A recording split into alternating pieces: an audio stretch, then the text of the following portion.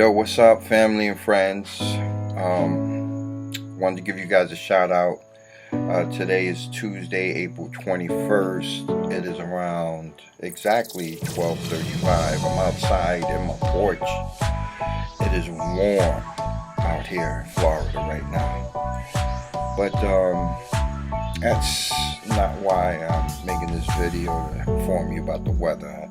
I actually wanted to give you some information that maybe one or two of you might have not heard about, and that's along the lines of safety. Everybody's trying to find these masks and trying to make them at home, and I got to tell you, regular masks that you can make at home, which people are advising that you do, out of t-shirts or any other fabric material that you find around the house, cut them up and turn them into masks. Well, that's not going to protect you from the virus. The mask actually is only so you don't give anything to anyone else if you have it. All right, that's just a containment area for your mouth and your nose to project that virus onto someone else. So that's not actually protecting you, because if you think you're wearing a mask and it's going to keep you safe from the virus, it's not. First of all, the fabric that you use, if it's a household product, is only going to block maybe 30 to 50% at most the virus from going through the material. It goes through the threading of the material. So what you guys need to do is you need to go down to Home Depot or Lowe's and get HEPA, H-E-P-A, HEPA fabric material. Okay, now this is if you're making your own mask. Okay, you can go online and find out how to do it. It's pretty simple. But HEPA fabric material, okay, are like filters.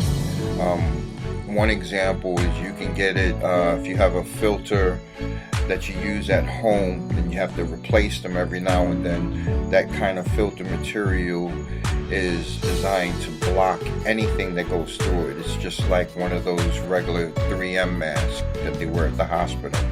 It'll protect you in that way. Just cut it. Also, the other way you can get your hands on is vacuum cleaners. You go out and buy the bag that goes inside the bigger bag of the vacuum cleaner that receives the dust and particles when you vacuum. That material, don't use a used one that's already had dust and stuff in there. That's not going to be helpful for your health. Get brand new bags, and then you take them home.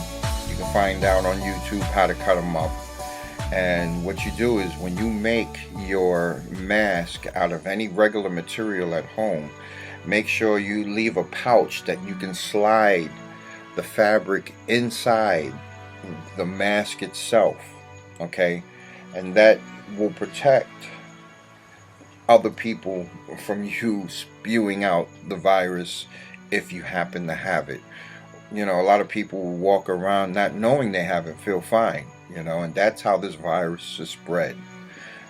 So putting that fabric inside the mask. Now, when you're done with the mask that day, you take off the mask itself, and I believe you can leave the filter inside it when you wash it.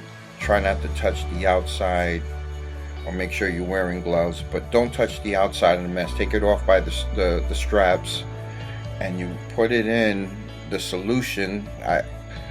You can look that up online also. Wash this mask so that this virus is not on the mask itself. Make sure you're wearing gloves, and then after you're done, wash your hands with that solution, and then carefully take them off and dispose of them. The mask will be made so you can use it over and over again.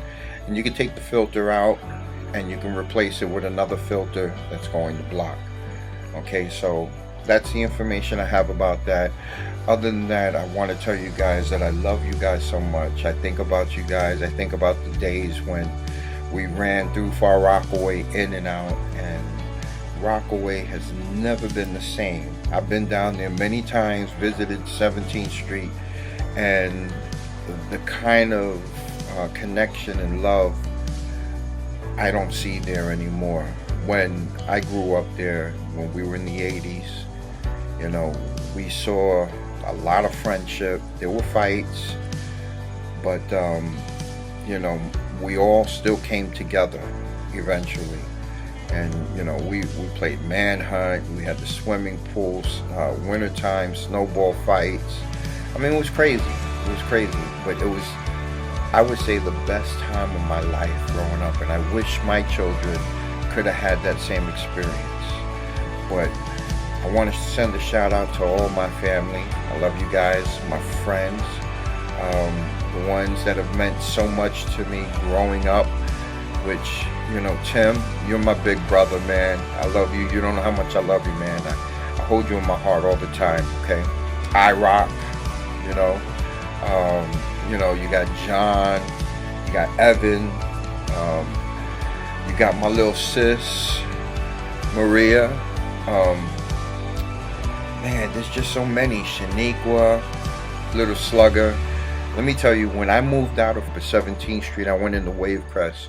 When I started living with my wife, I remember I had a little problem with this kid who was underage. And he was picking on my nephew, and he was really just, you know, relentless, you know. And I wanted to, you know, kind of snatch up the kid and teach him a lesson, but I couldn't do it because I was, you know, old enough that I would go to jail for it. So I remember going down to 17th Street, and I saw Slugger playing in the back. And I said, Slugger, I got a problem. And he says, what's up? And I told him about this little Russian kid that, you know, and they were about the same age, Slugger and the Russian kid. And I told him about it. He says, don't even say no more, let's go. And me and him, Slugger, went down there to Wavecrest, where I was staying at. And we found the kid on the terrace doing the same thing, you know, picking on the other kids. And let me tell you, Slugger whooped his... Now, I'm a Christian, so I don't, you know, I'm not saying that was good.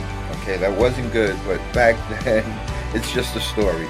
Back then, Slugger took care of this kid, and I remember a few days later, some cops came to my doorstep. Well, not my doorstep, actually, at the apartment I was staying at in Wayford. And they told me that I had to go down to this office, or else I was going to get arrested later on. So I got nervous, so I went down there, and it was like a detective or something. And I sat down to have a meeting with this guy. He's telling me, we know all about you. Your name is David Little, and your gang name is DJ DML. I'm like, what? that's just, you know, an acronym for my name, David Martin Little. And I said, but I'm a DJ, yeah, so you have that much, right? But I'm not a gang leader. And he says, you had this kid beaten up a couple of days ago, and we're going to keep a close eye on you, this and that, and this is a warning, blah, blah, blah. Man, it was funny. It was laughable. But let me tell you, that Russian kid never picked on anybody again. But, you know, I'm going to, tonight, because I'm thinking about it, I'm going to send prayers out to that kid. I hope he's okay and his family. I have no resentment in my heart for anyone. I let go a lot of hatred for certain individuals that actually, I moved out here to Florida because I was going to do something bad. And for me, it was overwhelming, and it was consuming me day in and day out. And I knew that if I didn't get away from the situation, that it was going to destroy me, because I was going to go after this person. It wasn't going to be good. It was going to be bad. So I came out here to Florida, and that's why I began my life out here. And then eventually I met Jesus through my mother-in-law, who was a devout Christian, how she was so devoted as a Christian. And eventually it stuck with me. Her prayers and everything, it hit me and my wife at the same time. And there was an event that happened that led me to being a Christian. And maybe I'll tell that story in another video, because I got to do some praying on that, because I don't know if you guys are ready for that because of what you might think. But let me tell you, my life has been one that's, I would say to most of you, you would think is unbelievable. But I tell you what, this world is not exactly what you think it is. There's a lot more going on around us, in the unseen, than what you see. And I'll get to that story next time. But basically, all I want to do is I want to tell you guys I love you. And I'm going to hit you up with another video. Hope you guys enjoy the video and the information. And you guys should throw out some videos yourself, and make it a little bit more personal that way, instead of just typing up something on Facebook. It makes it so impersonal. You don't know how the person really feels, or you don't get to see them, or see their eyes, or see their eyes, or see their eyes. Yes. I also want to shout out to Irene and Rozzy, who I kept in touch with off and on before her passing. And she is probably one of the friends I know in 17th Street that passed on. And I'm very sad that she did pass on. But I hope that she gave her life to Jesus, and that she is doing well. Because it's not over from here, people. Believe me, it is not over from here. Okay? Who else? Rozzy, Stephanie, all you guys. All right, I'm just rambling on right now. I love you. We'll make another video.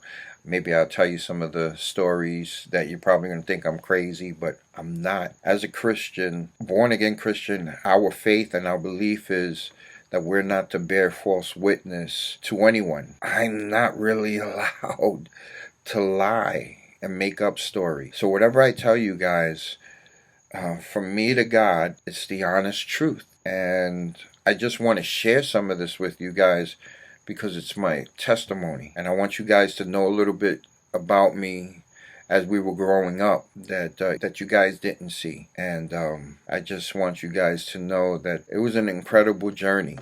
Scary though, but incredible journey. And I hope that you guys truly believe me and the things I tell you. And if you don't, I still pray for you guys, and I still love you guys no matter what.